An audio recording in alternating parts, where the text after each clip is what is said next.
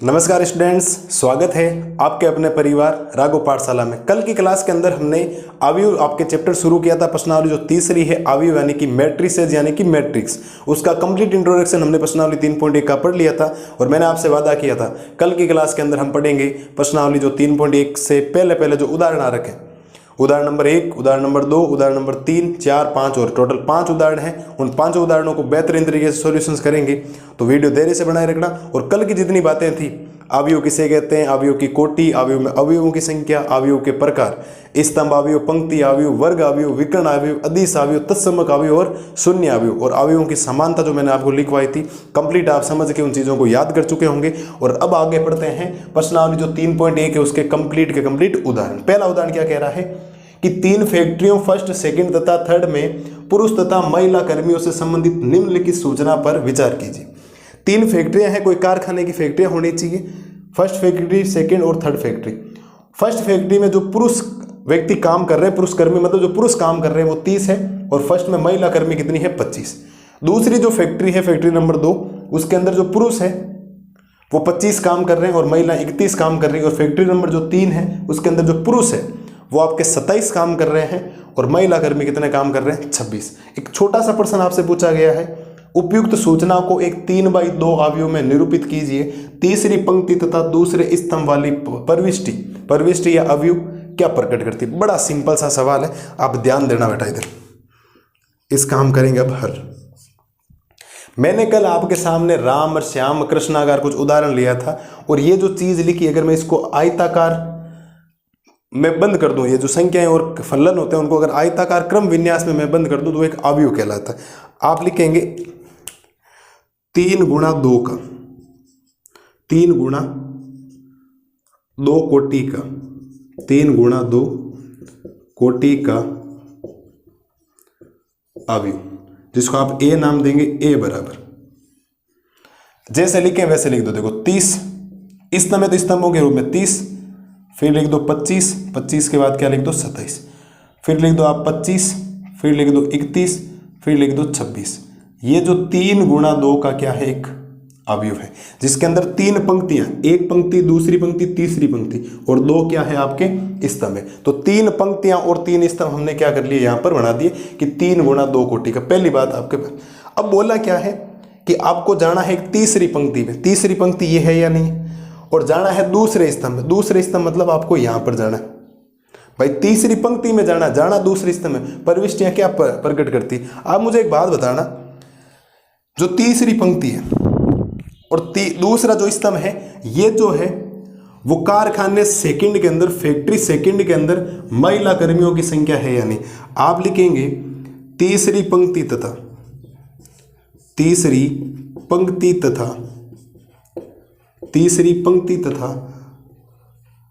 दूसरे स्तंभ वाली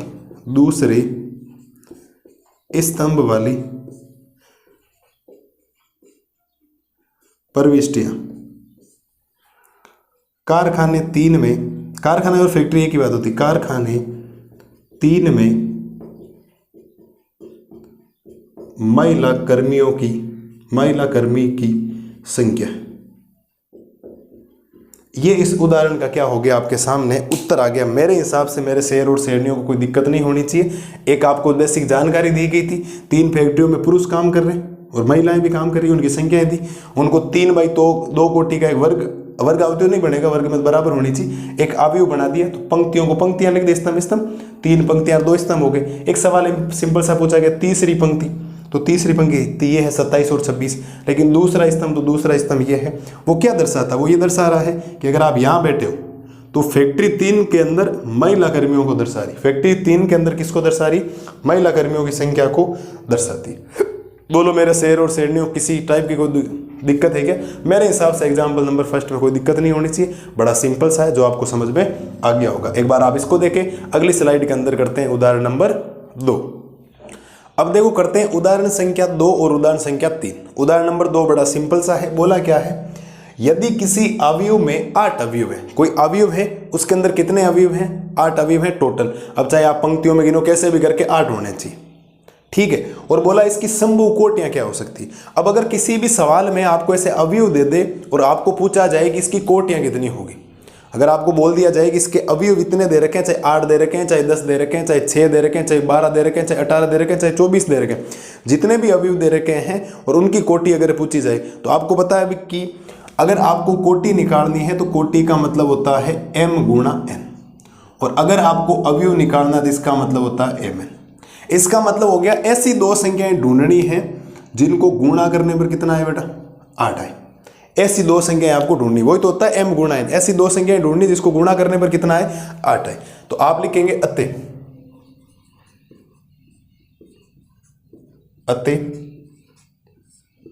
संभव कोटियां, अतः संभव कोटियां बराबर क्या कोटि ऐसी हो सकती है 1 गुणा 8। भाई एक पंक्ति हो जाए 8 स्तंभ हो जाए तो भी 8 अभी देखो 1 गुणा 8 8 आ रहा है। अगर 1 गुणा 8 है तो इसका उल्टा भी पॉसिबल है, ध्यान रखना। वो कितना हो जाएगा 8 गुणा 1। बोलो मेरे लाल और लालियो 8 8 अभी आ रहे हैं यानी। अब और सोचो कौन सा। आप कहेंगे सर 2 गुणा 4, और अगर आप 2 गुणा 4 कहेंगे तो मैं कहूँगा 4 गुणा 2। भाई आपको तो गुणा करना है, 2 गुणा 4 करो, 4 गुणा 2 करो, उत्तर तो 8 आना चाहिए। अभी वो कितने आने चाहिए 8। इसके अलावा कोई है क्या? आप कहेंगे सर 3 गुणा 3 9 होता है, 8 नहीं होता है ना। तो इतनी संभव कोटियां हैं। अगर किसी अवयव में 8 अवयव है तो उसकी संभव कोटियां कितनी होगी 4। कोई एबीसीडी में आपको छोटा सा सवाल पूछा जा सकता है, इस बात का विशेष तौर पर ध्यान रखें। बोलो मेरे लाल और लालियों कोई दिक्कत है क्या इसमें? ये आपको चीज समझ में आ जानी चाहिए। सवाल है मजेदार तीसरा। क्या गजब का सवाल दिया इसने। आपके पूरी प्रश्नावली इसी के ऊपर डिपेंड है। जो 3.1 जो प्रश्नावली है ना वो पूरी इसी के ऊपर डिपेंड है। सवाल क्या बोला है, एक ऐसे 3 गुणा 2 अवयव की रचना कीजिए। 3 गुणा 2, जैसे ही आपको 3 गुणा 2 दिखाई दिया तो आपके दिमाग में आना चाहिए कि इसमें पंक्तियां 3 हैं और स्तंभ कितने हैं 2। तो मुझे 3 पंक्तियां बनानी पड़ेगी और 2 क्या बनाने पड़ेंगे, स्तंभ बनाने पड़ेंगे। रचना करनी, उस अवयव को आपको लिखना है और जिसके अवयव ए आई जे बराबर 1/2 आई माइनस 3 का मापांक द्वारा प्रदत्त है। ए आई जे का मतलब है कि पहले कौन सी पंक्ति है कौन सा स्तंभ है। आई का मतलब कौन सी पंक्ति है कौन सा स्तंभ है। तो ये आपको निकालना है। ध्यान देना, पहले 3 गुणा 2 का अवयव हम मानेंगे। आप लिखेंगे माना 3 गुणा 2 कोटि का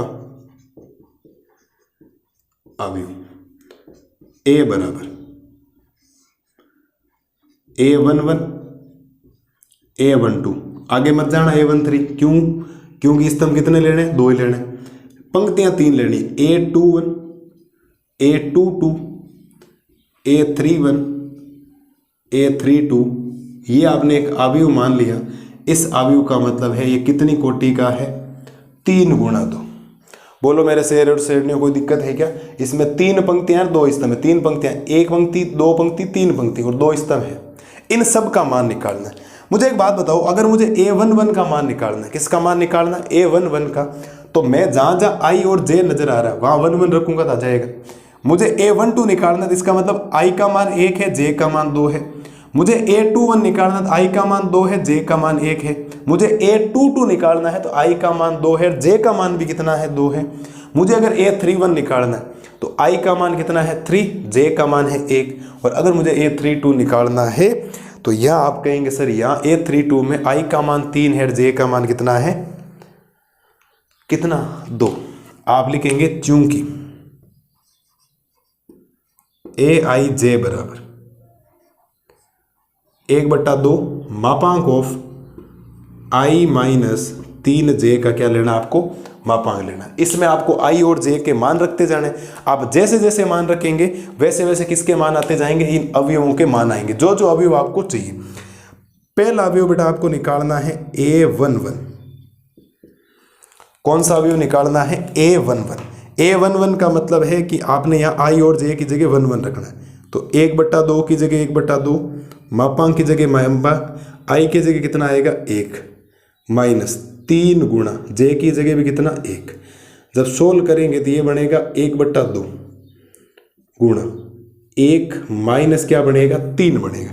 जब आगे और सोल्व करेंगे इसको तो ये बनेगा 1/2 और मापांक के अंदर बचेगा -2, क्योंकि 1 में से -2 जाए -3 जाएगा, -2 बचेगा। और -2 जब मापांक से बाहर आता है तो प्लस का 2 बन जाता है। 2 से 2 कैंसिल, उत्तर फाइनल कितना आएगा 1 आएगा। तो A11 का जो मान आया मेरे पास वो कितना आया, 1 आया। जहां पर आपको I और J दिखाई दे रहा है, ये I और J है, ये I है, ये क्या है, J। पहले वाला I है, दूसरे वाला क्या है, J है।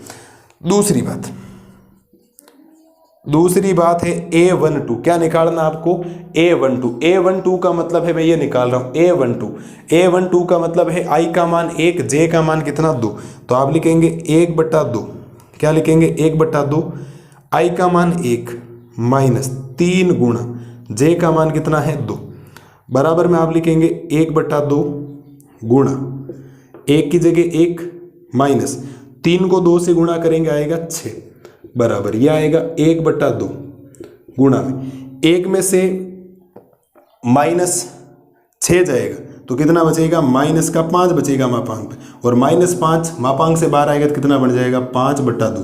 और कभी भी 5/2 को 2.5 लिखने की कोशिश नहीं करे, ऐसे नहीं 2.5 लिख दिया, 5/2 को क्या रखना है, 5/2 रखना है।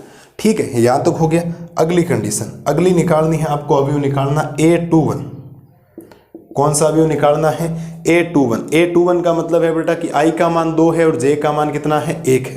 तो आप यहाँ लिखेंगे 1/2, क्या लिखेंगे 1/2, I का मान है 2 तो 2 माइनस 3 गुणा J का मान कितना है 1, बराबर ये हो गया 1/2 गुणा, ये हो गया 2 माइनस 3 को 1 से गुणा करेंगे कितना बचेगा 3, बराबर हो जाएगा आपके पास 1/2 गुणा 2 में से -3 जाएगा तो माइनस का क्या बचेगा 1, मापांक के अंदर क्या बचेगा, माइनस का 1 बचेगा, और -1 मापांक से बाहर आने पर 1 बन जाएगा, और गुणा भाग करोगे तो उत्तर आ जाएगा 1/2। मेरे पास जो अवयव आ रहे हैं मैं एक बार के लिए उनको ब्रैकेट में बंद कर रहा हूँ। एक ये आ गया मेरे पास, एक मेरे पास ये आ गया, और एक मेरे पास क्या आ गया, ये वाला आ गया। ये मेरे पास 3 अभी आ गए, 3 और निकाल देना, टोटल 6 निकालने, क्योंकि 3 गुणा 2 का मतलब इसमें अवयवों की संख्या कितनी, 6। अभी 3 और निकलेंगे, ध्यान देना। अगला निकलेगा आपके पास A22। क्या निकलेगा, A22। आपने जैसे ही A22 लिखा तो I का मान 2, J का मान 2, तो आप लिखेंगे 1/2 मापांक ऑफ 2 माइनस 3 गुणा J का मान भी 2, बराबर में आ जाएगा 1/2 गुणा 2 माइनस 3 को 2 से गुणा करोगे 6 आएगा, बराबर 1/2 गुणा में मापांक के अंदर कितना बचेगा, माइनस का 4, 2 में से -6 जाएगा, माइनस का 4 बचेगा। माइनस का 4 जैसे ही बचेगा तो ये जैसे ही मापांक से बाहर आएगा माइनस का 4 हो जाएगा प्लस का 4, और 2 का भाग इसमें लगाओ कितनी बार जाएगा, 2 बार जाएगा। तो एक अवयव मेरे पास और आ गया जिसका नाम हो गया 2। मुझे अभी और भी निकालने अवयव, ठीक है, देखते हैं अभी आगे और। ठीक है, ये हो गया। इसके जस्ट बाद वाला हो जाएगा A31।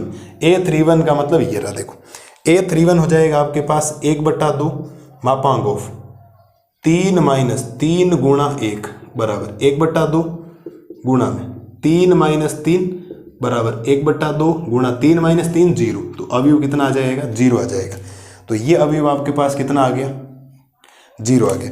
एक अवयव और निकाल लेते हैं। एक अवयव निकलेगा आपके पास A32। क्या निकलेगा बेटा, A32 निकलेगा तो 1/2 आएगा, 3 माइनस 3 गुणा J का मान हो गया 2, बराबर 1/2 गुणा 3 माइनस 6 बराबर 1/2 गुणा में -3 बराबर हो जाएगा माइनस का 3/2। ये आ गया आपके पास फाइनल आंसर।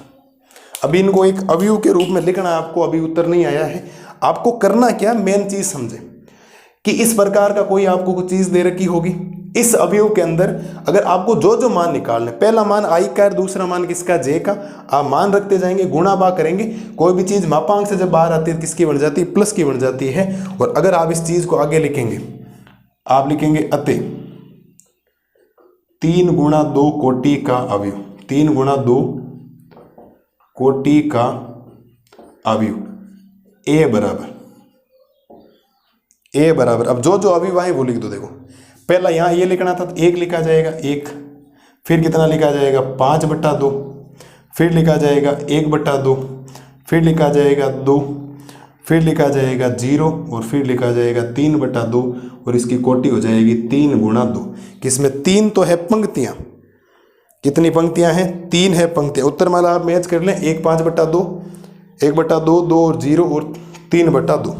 क्या मेरे शेर और शेरनियों को कोई दिक्कत है क्या इस सवाल के अंदर? एकदम सीधा सिंपल सा है कि आपको इस चीज के ऊपर गौर करना है। ये जो दे रखा है ना, ये वाला, ये सबसे इंपॉर्टेंट है, इस बात का ध्यान रखना। इसमें जहाँ जहाँ आई और जे है वहाँ मान रखते जाओ, आपको क्या मिलते जाएंगे, उत्तर मिल जाएंगे। इन सब अवयवों को फिर यहाँ रख दो तो आपके पास एक फाइनल उत्तर आ जाएगा। ठीक है, तो ये हमने इस क्लास के अंदर, इस स्लाइड के अंदर किया उदाहरण नंबर 2 और उदाहरण नंबर 3 का सॉल्यूशंस। अगली स्लाइड के अंदर करते हैं उदाहरण नंबर 4 और फिर उसके बाद करेंगे उदाहरण नंबर 5। तब तक आप इसको देखें। अभी हमने तीसरा एग्जाम्पल किया था, अब देखो एग्जाम्पल नंबर 4 क्या कह रहा है। एग्जाम्पल नंबर 3 हो गया, 4 क्या कह रहा है कि यदि x + 3 एक कोई अवयव दे रखा 3/3 कोटि का और एक दूसरा अवयव है वापस 3/3 कोटि का, ये दोनों अवयव आपस में बराबर है। कल हमने जब इसका इंट्रोडक्शन किया था, जब परिचय हमने किया था, तो लास्ट जो स्लाइड थी उसके अंदर हमने पढ़ा था अवयवों की समानता, कि कंपेरेबल ऑफ मैट्रिक्स क्या निकलता है कि अवयवों की समानता एक्चुअल में होती क्या। अवयवों की समानता होने के लिए दो मेन बातें, दो अवयव अगर आपको बराबर करने हैं तो पहली बात तो उनकी कोटि क्या होनी चाहिए, बराबर होनी चाहिए। और अगर आप ध्यान से देखेंगे तो इसकी कोटि है 3/3 और इसकी कोटि है 3/3, क्योंकि 3 ही पंक्तियां 3-3 स्तंभ है। तो पहली शर्त तो पूरी होगी। अगर आपको दो अवयवों की समानता सिद्ध करनी है तो पहला काम होता है कि आपकी अवयवों की कोटि क्या होनी चाहिए, बराबर। ठीक है, दूसरा क्या बोला था, ए का प्रत्येक अवयव बी के संगत अवयव के क्या होना चाहिए, बराबर होना चाहिए। संगत का मतलब होता है कि सपोज दैट ये आपका A11 है और ये दूसरा है B11, तो ये हमेशा इसके बराबर होगा, ये हमेशा इसके बराबर होगा, ये चीज इसके बराबर होगी, ये वाली चीज इसके बराबर होगी, ये वाली चीज इसके बराबर होगी। ये तो बराबर भी है, देखो ध्यान से, ये वाली चीज इसके बराबर होगी, ये वाली चीज इसके बराबर होगी, ये वाली चीज इसके बराबर होगी, ये वाली चीज इसके बराबर होगी। और ऐसा देने के बाद आपको पहले ही बोल दिया कि दोनों अवयव समान अवयव है, क्योंकि बराबर लिखा हुआ है तो इनके संगत अवयव क्या होंगे, समान होंगे। और यहाँ से आपको 6 वैल्यू निकालनी, A, B, C, X, Y और Z। धैर्य से देखना सवाल को क्या कह रहा है। आप लिखेंगे चूंकि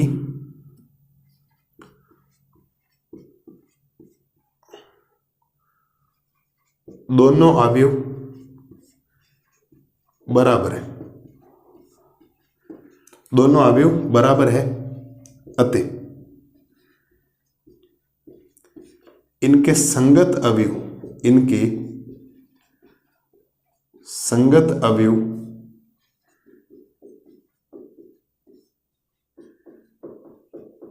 बराबर होंगे। दोनों अवयव बराबर है, क्योंकि दोनों अवयव बराबर कह दो, समान कह दो, एक ही बात है। दोनों अवयव बराबर है तो इनके संगत अवयव क्या होंगे, बराबर होंगे। अगर संगत अवयव बराबर हो गए तो आपके पास रिजल्ट क्या बनेगा बेटा, संगत अवयव बराबर होने का मतलब मुझे अगर पहले ए निकालना है, क्या निकालना है, ए, तो मैं ए वाले में जाता हूं। ए मेरा ये रहा, देखो इधर दूसरी पंक्ति में दूसरा अवयव है तो ये हो जाएगा A-1, किसके बराबर होगा, इस -3 के। बोलो मेरे शेर और शेरनियों, कोई दिक्कत है क्या? पहले वाले अवयव की दूसरी पंक्ति में जाना और दूसरे स्तंभ में जाना, तो इसमें भी दूसरी पंक्ति में जाना और दूसरे स्तंभ में जाना, क्योंकि संगत का मतलब वही होता है। अब यहां से अगर आपको A का मान निकालना है तो -1 उधर जाएगा, तो A बराबर आ जाएगा -3, -1 उधर गया, हो गया +1, और -1 में से -3 में से 1 जाएगा, माइनस का क्या बचेगा, 2 बचेगा साहब। माइनस का क्या बचेगा, 2 बचेगा। ये आपके पास किसका मान आ गया साहब, A का मान आ गया। किसका मान आ गया साहब, आपके पास A का मान आया। बोलो मेरे शेर और शेरनियों, कोई दिक्कत है क्या इसके अंदर? मेरे हिसाब से A में कोई दिक्कत नहीं होनी चाहिए। अब जो मान निकालना वो निकालना आपको B का। किसका मान निकालना, B का। तो यहाँ हिस्सा कर देते हैं कुछ। B का मान निकालना, B है का, देखो आपको सिर्फ B यहाँ रहा, देखो ये रहा, ये है B -3 बराबर, इधर पहला है तो इधर भी पहला होगा, ये वाला 2B लिखा हुआ, और ये है 2B और प्लस में क्या हो जाएगा, 4 हो जाएगा। अब करना क्या है, ये चीज उधर ले जाओ, ये चीज इधर ले आओ, तो ये तो हो गया B, प्लस का 2B इधर आया, किसका हो गया, माइनस का 2B बराबर 4, माइनस का 3 उधर गया, किसका हो गया, प्लस का 3। भाई माइनस का 3 उधर जाएगा, प्लस का 3, B में से -2B जाएगा तो माइनस का B बचेगा। 4 और 3 कितना होता है, 7 होता है, और यहाँ से B का मान आ जाइए, माइनस इधर आकर लग जाएगा, ये हो गया -7। तो B का मान आपके पास कितना आ गया मेरे शेर और शेरनियों, -7। कितना आ गया, -7। बोलो साहब, किसी को कोई दिक्कत? मेरे हिसाब से कोई दिक्कत नहीं होनी चाहिए। हम संगत अवयव बराबर कर रहे हैं, इजी कैलकुलेशन से आपका मान निकल रहा है। फिर तीसरा मान है A निकल गया, B निकल गया, तीसरा मान है C। C कहाँ दिखाई दे रहा है, सी इधर तो कहीं नहीं है, सी है आपका यहां देखो यार, उधर है सी, ये सी लिखा हुआ है 2c और प्लस में क्या लिखा हुआ है 2 लिखा हुआ। सी में क्या लिखा हुआ है 2c और प्लस में क्या लिखा है 2। इधर ये दूसरी पंक्ति में लास्ट अवयव, तो इधर यहाँ क्या है 0 है, तो ये किसके बराबर हो जाएगा 0 के। ये उधर जाएगा तो यहाँ से 2c का मान आएगा प्लस का 2, उधर जाने पर माइनस का, c बराबर आ जाएगा माइनस का 2/2, c का मान आ जाएगा माइनस का 1। कितना आएगा मेरे लाल और लालियों, c का मान माइनस का 1। ये हमने 3 वैल्यू निकाल ली, a निकाल लिया, b निकाल लिया और क्या निकाल लिया बेटा, c निकाल लिया। संगत अवयव बराबर कर रहे हैं, नॉर्मल सी कैलकुलेशन है 10वीं क्लास की, 12वीं क्लास का, इतना है भी नहीं इसके अंदर, ठीक है। तीसरी वैल्यू क्या कह रहा है x कहाँ दिखाई दे रहा है, सबसे पहले ये रहा x प्लस 3, सबसे पहले यहाँ क्या दिखाई दे रहा है 0, तो ये हो गया 0, प्लस का उधर जाएगा माइनस का, तो x बराबर हो जाएगा माइनस का 3। तो यहां से जो x की वैल्यू आई है वो आई है माइनस की 3। x की वैल्यू कितनी आई, माइनस की 3, ये x आ गया। ये हो गया y कहाँ दिखाई दे रहा है आपको सर, y ये रहा देखो यहाँ कितना दिखाई दे रहा है 2y माइनस 7, कितना है 2y माइनस 7, तो 2y माइनस 7 बराबर यहाँ है, तो ये रहा लास्ट के अंदर यहाँ रहा, तो ये हो जाएगा 3y माइनस का 2। वापिस ये चीज इधर, ये चीज इधर, तो ये हो गया 2y प्लस का 3y इधर आएगा, माइनस का 3y बराबर हो गया माइनस का 2, माइनस का 7 उधर जाएगा, किसका हो जाएगा प्लस का 7, 2y में से y माइनस का 3y जाएगा, माइनस का y बचेगा, 7 में से 2 जाएगा 5 बचेगा, वो माइनस इधर लग जाएगा, तो y का मान कितना आ जाएगा माइनस का 5। y का मान कितना आ जाएगा बेटा जी, माइनस का 5। ये y भी आ गया। एक वैल्यू और बची है, कौन सी, z। कहाँ है बेटा z, आपको सर z ये रहा देखो, तो z है आपके पास z प्लस 4 बराबर, तो यहाँ दूसरे नंबर पर कितना लिखा है, यहाँ लिखा हुआ 6, तो बराबर में हो जाएगा 6, प्लस का 4 उधर जाएगा माइनस का 4, तो 6 माइनस 4, तो z का मान 6 में से 4 जाएगा, कितना बचेगा 2, और z का मान आ जाएगा आपके पास 2। ये हमारे पास जो आपको वैल्यू पूछी गई थी, 3 वैल्यू, कि आपके पास यहाँ x का मान क्या होगा, y का मान क्या होगा, z का क्या मान होगा, a का मान क्या होगा, b का मान क्या होगा, c का। हम प्रश्नावली 3.1 के अंदर खूब सारे सवाल करेंगे खूब सारे सवाल करेंगे। आपको ध्यान रखना है, अगर कोई दोनों अवयव बराबर है तो इनके संगत अवयव बराबर होते हैं। संगत का मतलब यहाँ अगर दूसरी पंक्ति में पहला अवयव है तो इधर भी दूसरी पंक्ति में पहला अवयव होना चाहिए, ध्यान रखना। उससे हमने कंपैरिजन किया, बराबर वैल्यू रखते गए, नॉर्मल सी कैलकुलेशन की, a का मान आ गया, b का आ गया, c का आ गया, x का आ गया, y का आ गया, और किसका मान आ गया, z का आ गया। बोलो मेरे लाल और लालियों, इस उदाहरण में किसी को कोई दिक्कत है क्या? ऐसा ही एक उदाहरण आ गया, आपके उदाहरण नंबर 5 आ रखा है बराबर वाले, उसको सोल्व करते हैं, फिर आपके उदाहरण क्या हो जाएंगे, खत्म हो जाएंगे। अगली क्लास में हम करेंगे आपके जितने भी पर्सन हैं उनको, ठीक है। आप एक बार इसको देख लें, आराम से, सिंपल सा है, मुझे नहीं लगता ज़्यादा कोई हार्ड होना चाहिए, और चीज़ें हार्ड नहीं है। आपको कंसिस्टेंसी बरकरार रख के अपने अंदर के मोटिवेशन को, आपको क्या होता है कि आप चाहते हो हमें कोई एक्सटर्नल मोटिवेशन दे दे, बाहर का मोटिवेशन आपके काम नहीं आएगा, मोटिवेशन काम आएगा इंटरनल वाला, अंदर वाला मोटिवेशन जब जागेगा, आपका अगर मन कहेगा कि मुझे आज इतने घंटे पढ़ना, इतने क्वेश्चंस मैथमेटिक्स में करने, इतनी फिजिक्स पढ़नी, इतनी केमिस्ट्री पढ़नी है, तो इंटरनल मोटिवेशन जिस दिन बढ़िया हो गया उस दिन मार्क्स आपके बहुत बढ़िया आ जाएंगे। तो वापस कह रहा हूँ, इंटरनल मोटिवेशन उत्पन्न होना बहुत जरूरी है। एक्सटर्नल मोटिवेशन केवल 5 मिनट के लिए रहता है, लेकिन इंटरनल मोटिवेशन क्या होता है, खूब लंबे समय तक चलता है। तो एक बार आप उदाहरण नंबर 4 देखें, अगली स्लाइड में करवाता हूं उदाहरण नंबर 5। अब देखो उदाहरण से क्या करते हैं 5, उदाहरण नंबर 5 क्या कह रहा है, सेम ही है कि ये जो अवयव है इस अवयव के बराबर है, और आपको यहां पर 4 वैल्यू निकालनी एक a की वैल्यू निकालनी, एक b, एक c, और एक क्या निकालना, आपको d निकालना, ठीक है। आवाज थोड़ी सही आ रही होगी, थोड़ा सा गला बैठा हुआ तो भी मैं पढ़ा रहा हूँ, आपके लगभग आवाज़ सही पहुँच रही है, लेकिन हो सकता है थोड़ी बहुत आपको ऐसी भारी आवाज़ लगे तो गले की वजह से, बाकी माइक में कोई कमी नहीं, मस्त रहना, ठीक है। तो ध्यान दो, इधर वही बात सेम होगी। आप क्या लिखेंगे, चूंकि दोनों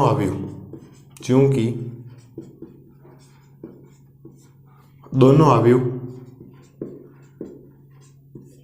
समान है, अतः इनके संगत, अतः इनके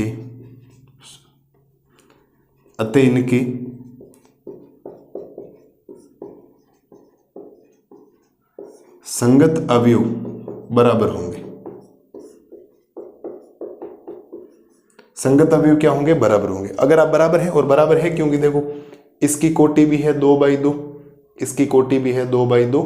अगर कोटि बराबर है तो इनके संगत अवयव क्या होंगे? बराबर होंगे। अब मेरी बात सुनो, अब पहले वाले सवाल की तरह नहीं सीधा डायरेक्ट आ जाएगा, कुछ मातापच्ची करनी पड़ेगी। 10th क्लास के तरह विलोपन विधि पढ़ते इस तरह एक की जगह दूसरा रखना पड़ेगा, फिर आपको काम करना पड़ेगा। ध्यान देना बेटा, इधर पहला इससे समीकरण बनाओ, इससे समीकरण बनेगा, तो ये समीकरण बनेगा 2a + b बराबर, यहां क्या लिख रखा है? 4, समीकरण संख्या 1।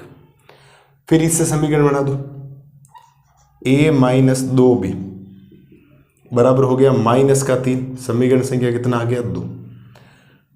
फिर समीकरण बना दो 5c - d से, वो बना दो 11 बराबर में, समीकरण संख्या कितना आ जाएगा? ये वाला 3।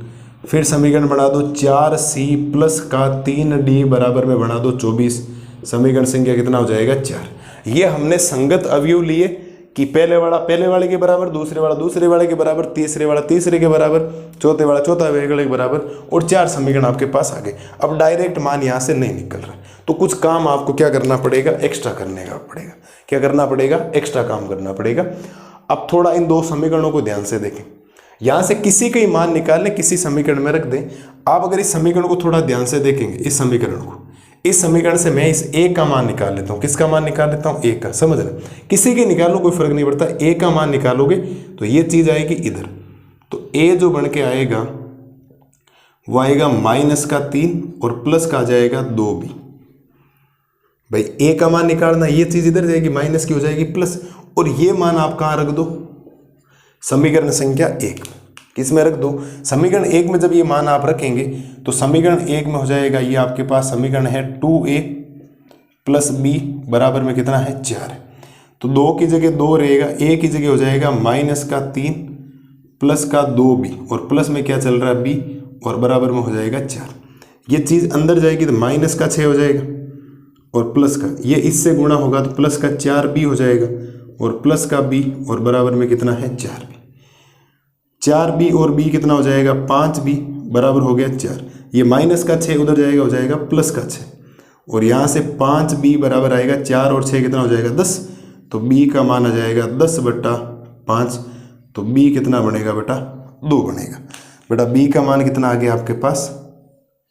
2 आ गया। बोलो किसी को दिक्कत है क्या b के मान में?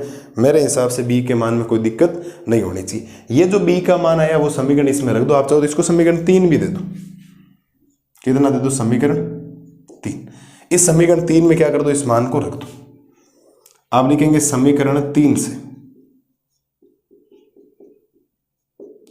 समीकरण 3 है a बराबर -3 + 2b, तो a बराबर -3 + 2 गुणा b का मान कितना आया था?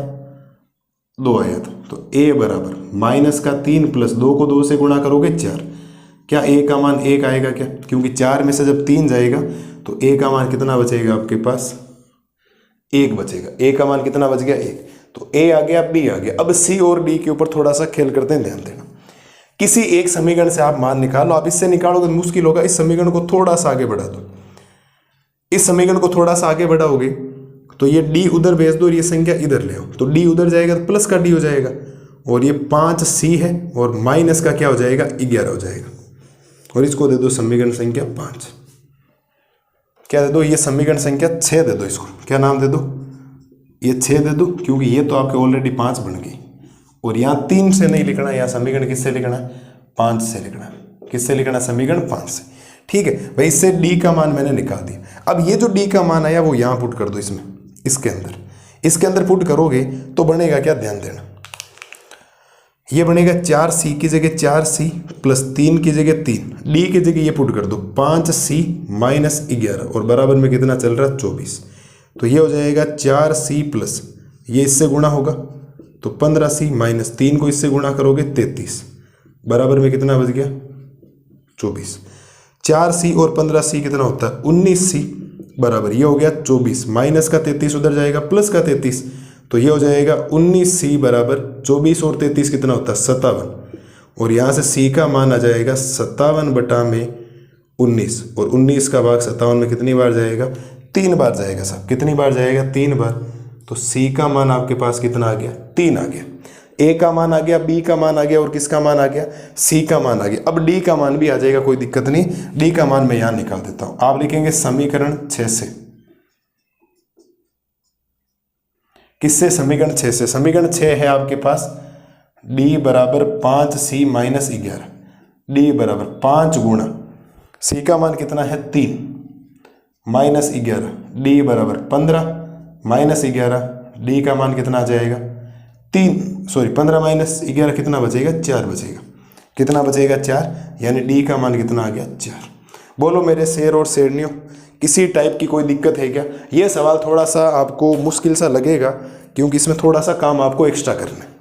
10वीं क्लास की तरह समीकरण बने, हमने 4 समीकरण ऑलरेडी बना दिए संगत अवयव मान के, फिर उनको इधर उधर कैलकुलेशन की, किसी का मान किसी समीकरण में रखा। आप किसी से भी किस में रख सकते हो, कोई दिक्कत नहीं। आप यहाँ से बी का मान निकाल के इसमें रख सकते थे, मैंने इसमें ए का मान निकाल के इसमें रख दिया, कोई फर्क नहीं पड़ता, उत्तर सेम ही आएगा। तो ए का मान 1 है, बी का मान 2 आया, सी का मान 3 आया, डी का मान कितना आया? 4 आया। ये हमने आज की क्लास में आपके उदाहरण नंबर 5 तक टोटल कर लिए। मिलते हैं जल्दी कल की क्लास में प्रश्नावली 3.1 का सॉल्यूशंस पूरा टोटल जितने भी 9-10 सवाल हैं उनको एक ही वीडियो के अंदर लेक्चर में खत्म करेंगे। मैं पहले देख लूँ कितने सवाल हैं टोटल, ठीक है? जितने सवाल होंगे एक लेक्चर के अंदर खत्म कर देंगे। टोटल है 10 सवाल। कितने हैं? 3.1 के अंदर 10 सवाल हैं। कल की क्लास के अंदर टोटल 10 के 10 सवालों को सॉल्यूशंस कर लेंगे। मस्त रहिए, स्वस्थ रहिए और आज जो 5 एग्जाम्पल बताएं प्लस वो लैंग्वेज आप याद कर लें। Thank you.